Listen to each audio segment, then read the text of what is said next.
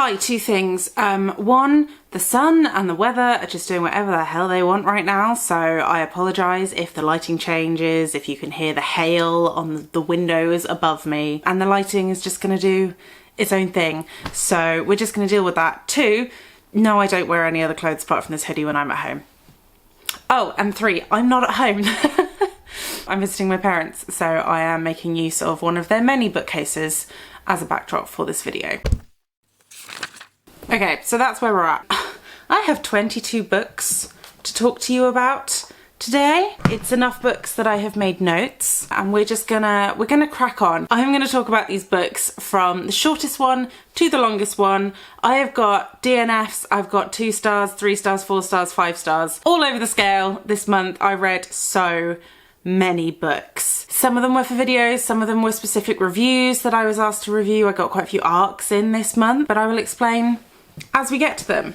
Book number 1, The Six Deaths of the Saint by Alix E. Harrow. This is not technically a book, but it was the shortest thing I read this month at 29 pages. This is a short story about a girl who sees a saint and is saved from her life of poverty by this saint of war, by this king, and this saint teaches her how to be the fiercest warrior there is. It is a really clever story. It has got a good twist at the end. It is only 29 pages, but it really made an impact on me. And if you like cyclical stories, this is a good one to pick up. I picked it up on Amazon Prime because it was free. It was part of the short story collection that they've got going on with a bunch of different authors that contributed different stories. Really good. Yes, this is part of me trying to read everything that Alix E. Harrow has published that I might want to read. That was a 5-star story for me. The next thing I read was an arc of The Mushroom Knight. This is a really beautifully drawn graphic novel I got an arc of through NetGalley. I've submitted my review already. I don't normally read graphic novels, but because this is about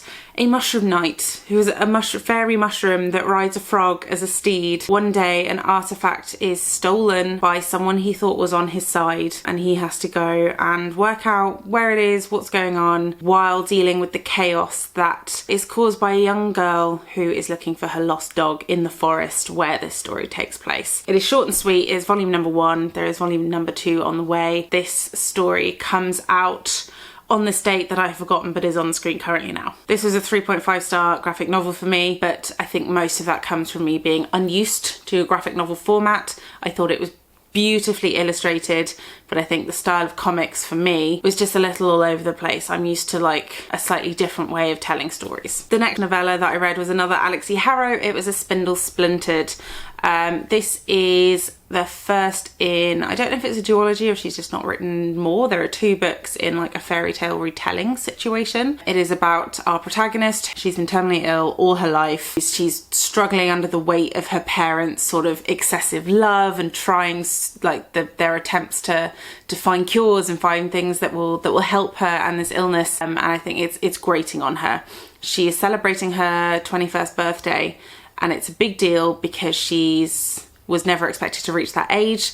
Her best friend throws her a Sleeping Beauty themed party because she's always identified with Sleeping Beauty. She pricks her finger on the fake spindle as a joke and is transported to a fairy tale world, and things happen from there. But it's about turning the tropes on its head. It's about finding strength and changing the things that you are told are going to happen and evading the inevitable. It was a cool story. I really enjoyed the audiobook of this. This was a 3.5-star book for me. The next one was an interesting one. This was The Palm Wine Drinkard by Amos Tutuola. This is it feels like a folktale. It was written in the 50s about a man whose palm wine tapper goes missing. Oh, what is this lighting doing? And he goes on this journey to find this man who taps his palm wine for him because he is an alcoholic and drinks a lot of wine, and no one can tap this palm wine from his orchards like this man can, and he's disappeared. But it is an absolutely batshit story. I have my own personal theory that all sort of folk tales they either follow the rules or they feel like a bunch of people took a bunch of drugs and just made up some shit. This was one of the stories that is the latter. It did feel like someone just took a bunch of drugs and wrote down whatever they thought. But I really enjoyed it. It was really interesting because obviously it's a Nigerian tale, so it's folklore that I'm not necessarily familiar with. There are decent treatment of women in this book. Aren't many women, but the wife that he picks up is treated well and is treated like a proper character, which you don't always see in fairy tales. So that's nice. I don't really know, it's not really a fairy tale. It feels like a folk tale, and I really enjoyed it. It's a really short little book. It's only 125 pages long. Then I started A Forest of Vanity and Valor. I had seen this book all over TikTok because I think the author is on TikTok and he's cropped up on my For You page. So I had it on my like Storygraph TBR, and I was finally got around to reading it because the audiobook was on Everand. This is the most gleefully misogynistic story I've ever read. I read the first 100 pages, and it's only a 233 page book. And in the first 100 pages, there are 2 women. I should mention this is like a dark retelling of Robin Hood, I think. There are 2 points of view. Neither of them are good people. Neither of them think of women as anything other than objects to be objectified and literally treated like they literally could have been replaced with a lampshade. And this story would probably have been more interesting because you had the lady that was just there for sex and the lady that was there to disagree with the main character's point of view and be the like annoying bitchy one. I was just so unimpressed. This reads like this just makes me think that the author hates women. That was the result I got, and I would not put myself through any more of that audiobook. Honestly, it was kind of horrifying. I really hated that book. Not a fan. Will not be finishing it, will not be picking up the next one. So not for me. Next on the list at 285 pages is the second book in the Wimbrel House series. I will explain what this series is about when I get to the first book, but I will say that I liked the second book less. I wasn't as interested in the story, but I think I will be interested in what the third one has to say. And that's next up on my list. This one was a 3-star book for me. Oh, and then at 304 pages, I read my favourite book of this month, which was Someone You Can Build a Nest In by John Wiswell.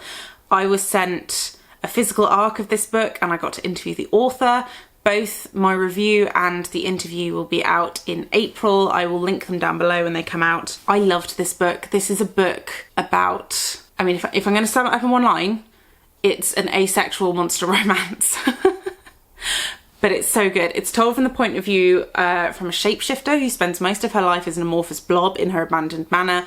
One day, these monster hunters come by and try and disturb her sleep, disturb her hibernation to kill her because the manor's owners want to move back in. And then she meets the lovely Homily, who is the kindest, most like heartwarming, charming character you've ever read in your life. And while trying to undo a curse, these two gradually explore what it is to love someone, but also what their own definitions of love are. I really enjoyed it. It felt like someone had mixed Gideon the Ninth and Legends and Lattes together. So you've got that sort of very familiar, easy to understand D&D fantasy setting, but because this is told from the point of view of a shapeshifter, you get all this like bodily horror gore descriptions of how Shasheshan, the shapeshifter, creates the organs that she needs or absorbs bits of chain and sticks to form a skeleton. She decides how many orifices she wants. She decides if she can sweat, if she bleeds. She has complete control over this like amorphous body and she uses it to her advantage, and I absolutely love this. It does have the miscommunication trope in it right from the beginning because Shasheshan is pretending to be a human for the first chunk of the book, but it's done well. This was a 5-star book. I really enjoyed it. You can check out my full review and the interview with the author on the Fantasy Hive. I'll link the stuff below. I'll link it below. I do reviews for Fantasy Hive now. Go find that. Next on my list is I Couldn't Love You More at 320 pages. This was my February buzzword read. So if you want to hear me talk about this book, head on over to that video. That's already up. I did a reading vlog all about it because that is what I ended up picking for my buzzword prompt. So for buzzword, what I do is I take the prompt for the month. I go down to my library. I try and fulfill the prompt just from looking at books on the shelves with my eyeballs, and it's got to be a book that I've never heard of. And that was what I came up with. It was a much more successful pick than January's pick. I will say. It also ended up being a 3.5 star rating for me, but boy was it a roller coaster to get there. That was what I eventually boiled it down to. Then at 322 pages, The Bear and the Nightingale. I read this right at the beginning of the month. It feels like a very long time since I've read this. This is a gorgeously Eastern European fairy tale about the daughter of a nobleman living in the cold countryside of Russia, and the little spirits that live in the woods, live in the stables, live in the hearth, and how their lives develop and curve around these spirits. And it discusses sort of the clash between the old religion and the new religion, and the dangers that can have for the villagers. It's a really beautifully written story. It's very lyrical. It's like reading a painting is what it felt like. Highly recommend it if you like lyrical writing, if you like sort of Slavic folklore. I was a big fan. I will read the next one in the series. I wasn't sure if I was going to, but I will. Next on my list is Keeper of Enchanted Rooms at 327 pages. So this is the first story in the Wimbrel House series. This is about Hulda, who is a housekeeper for enchanted houses. She works for BIKER, which is the Boston Institute of Keeping Enchanted Rooms or something. It's an institute that looks after these houses that have magic in them. The magic system in this story is a hard one. It tells you at the beginning there's I think it's 11 different types of magic that some people have small percentages of, and it's sort of passed down through family lines, and magic is getting scarcer and scarcer because obviously the more that you mix bloodlines and things genetically, the percentage of magic gets smaller and smaller. It's a cozy romance, really, and it's a haunted house mystery in the best, most whimsical, comedic way. There are some darker elements. The villain villains hard and makes no apologies for it. That bit is dark. The actual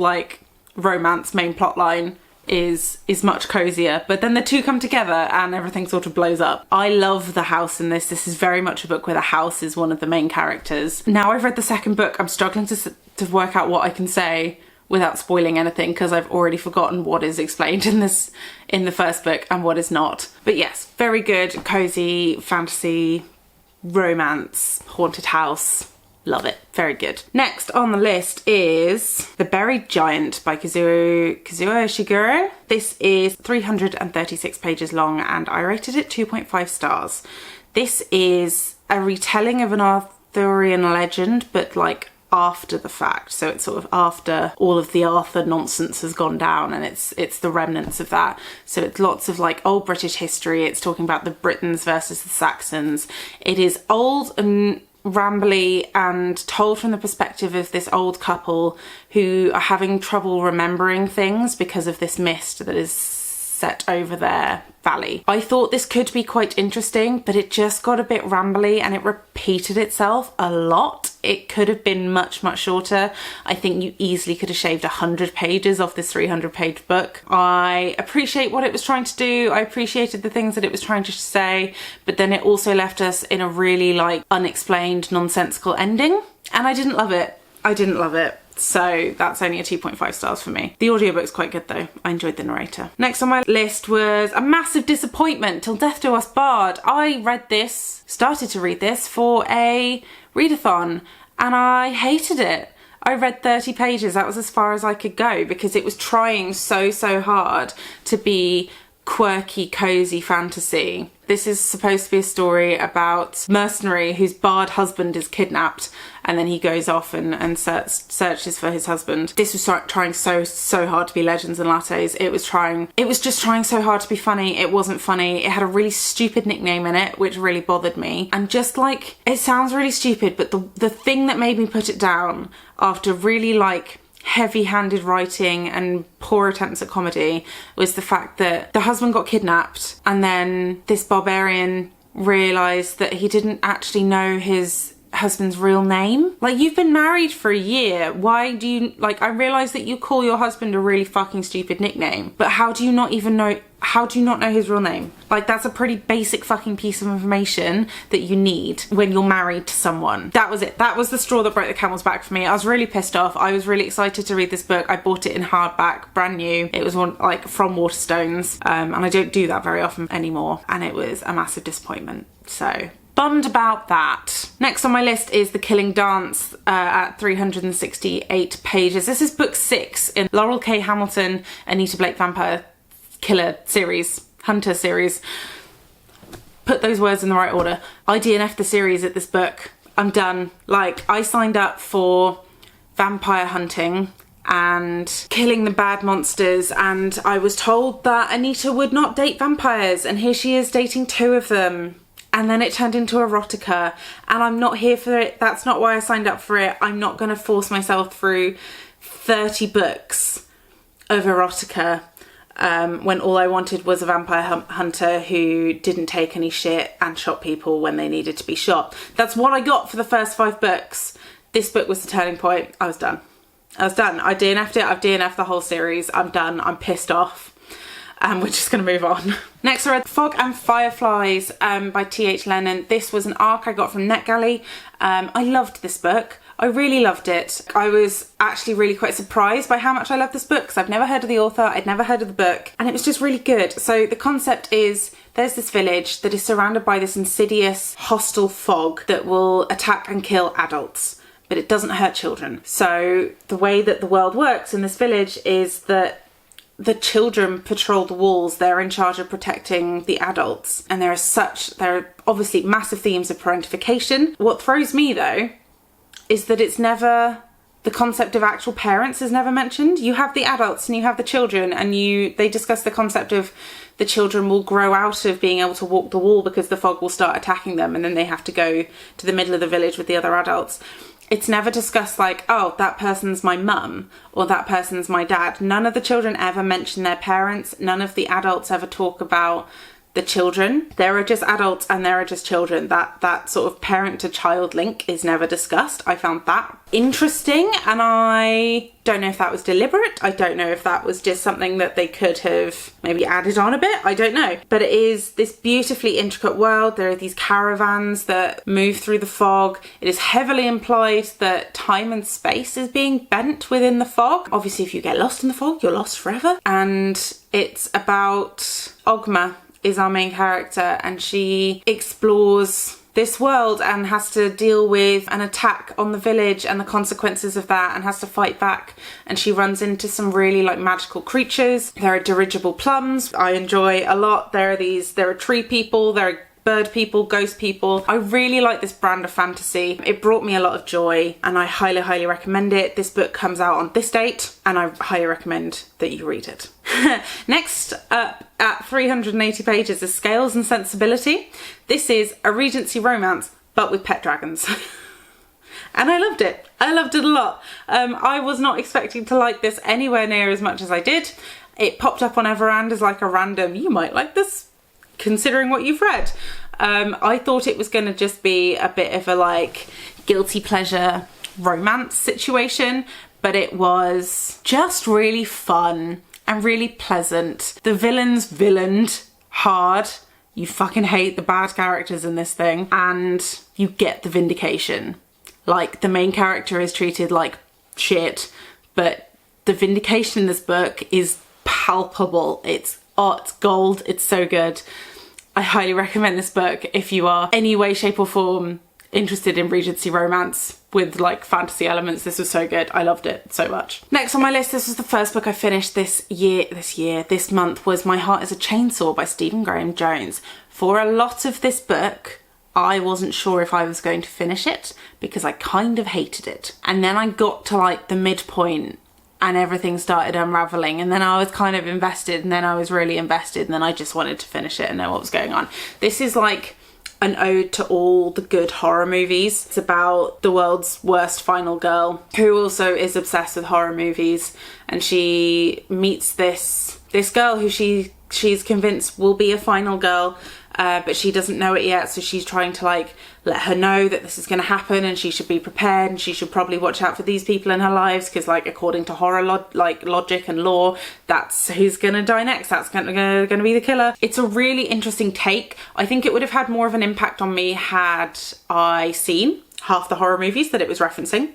But I really appreciate the amount of like research and effort and like dedication to the genre that was put into this book. I understand why people love it so much. I've seen that people like it, like they rave about it on some of the horror channels that I follow. I understand it. I think I understand it. It's not like totally in my vein, but I understand it and I approve, and I will probably read the next one in the series. I haven't really decided yet. That was 3.5 stars for me. Oh my god, we're getting there. 6 books left. Next up on my list is Ink Blood Sister Scribe. This is 407 pages long. This is a 5-star book for me. This is about book magic in our world, mirror magic, families that have looked after these magical books where you read a spell once, and that where you write spells in books and then you read the spells and it does the thing because you've written it in a book a certain way. There's like certain ways that you can write these spells in books. It's a really interesting concept, and it's about this family, these 2 sisters, and this library in England, and the son of the man that owns this library, and they all come together to uncover a conspiracy because people keep dying, people are being hunted, and it's such an interesting concept, and it's just so well executed. And it's a standalone. If you're looking for a fantasy standalone, it was really good. I really enjoyed it. It was a 5-star book for me. Highly recommend. Ticked all the boxes I was looking for a book about book magic. Who doesn't love book magic? Next on my list at 413 pages is The Bullet That Missed by Richard Osman. This is a 4-star read. This is 3rd in the series of the Thursday Murder Club. This didn't hit quite as hard as the first 2 did, but I can feel it ramping up to the 4th book. So I'm a little bit scared of the 4th book now. If you like a bunch of like heartwarming old people that are written just like your British nan or grandpa, like spot on characterization of British old people just going around solving murders and mysteries like you wouldn't believe, because they don't give a shit, they'll be dead in 10 years. It's such a good, cozy, but also thrilling series, and if you haven't given it a go, I hugely recommend it. It's a best-selling series for a reason. Then I read The Spear Cuts Through Water. This was 522 pages long. I got the arc of this, and my full review is linked down below because I wrote up a full review of this. This is a beautifully written, like artfully written story of a queer love story through a horrifically gory setting. But the fantasy style and the world building is not like anything I really read very often. It was almost Asian inspired, but then there were like hints of other things. I kind of got hints of like South American inspiration. There's a dream theatre involved. I highly recommend giving it a go. Read the review if you want like the down low on more detail, if you want more details about it. It was a 4-star book for me, but it very easily could have been a 5-star for someone else. Next on my list at 640 pages was A Grim and Sunken Vow by Ashley Shuttleworth. This was 3rd book in the Dark and Hollow Star series. Now the 2nd book ended on like so much undiluted drama and climax that there was always going to be a lull in the 3rd book, and I was expecting a lull. I just kind of wish that lull hadn't been half the book. I didn't enjoy this anywhere much as near as I enjoyed the 1st and the 2nd books in the series, which is a shame because it was such a long book. I did still enjoy it. I like that we're seeing new characters. I like that we're seeing new relationships between characters we already knew about. I approve of that relationship. No spoilers, but I do also wish that a lot of the things that happened off screen actually happened on screen, because what we got on screen was just a lot of inner monologue, and I could have done with a smidge more of the action. And like, it happened a few times where someone would come into a room and go, oh yeah, this happened, and I would go, oh, but I wanted to be there for that. Why don't I get to hear about that firsthand? Which was a shame. I just felt like it was covering the wrong bits of the story on page, which was annoying. So it was only a 3.5 stars for me. But I will carry on reading the series. I'm excited to see where this goes. Things have taken some turns. I don't love that she's kind of shackled my favourite character, or handicapped my favourite character in a way. I'm not a fan of some of the choices that have been made in this book, but we're here now. And then last on this very long list of books that I started in February is The Lies of Locke Lamora at 722 pages. This was a DNF. I don't like this series. I have DNF'd this book before. I tried the audiobook this time and I just don't care. If you can't scrape together a decent female character in the first 150 pages of your book, what do you do? What is the point? I don't want to hear about all these men killing people and doing like dirty tricksy things. I get it's a retelling of Oliver Twist essentially, but in Venice kind of era and with more roguish thievery. And I get it. I understand the concept. I feel like in theory I quite like the concept of this book, but I hate the execution. I hate it. I hate the execution of this book. It just screams that it was written by a man. And I don't care. I'm not interested. I don't care. And I need you to stop. So I DNF'd it again and I won't be picking that series up again. And that was it. That was all the sodding books I read in February. I have been sat here for an hour. Oh, how did your February reading month go? I acknowledge that this is an insane number of books to read, but I have discovered NetGalley, and I got a bit excited first going through it and requested a bunch of books, and then I just kept getting approved for all those books. And if you've used NetGalley before, you know that when you download them, there's you get 60 days to read them.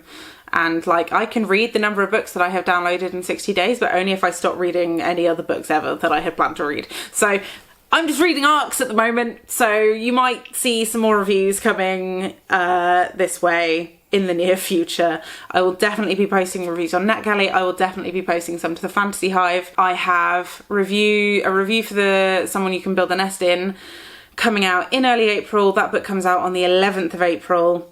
Please go pick it up. It's such a great book. Have a lovely day and I'll see you next Sunday.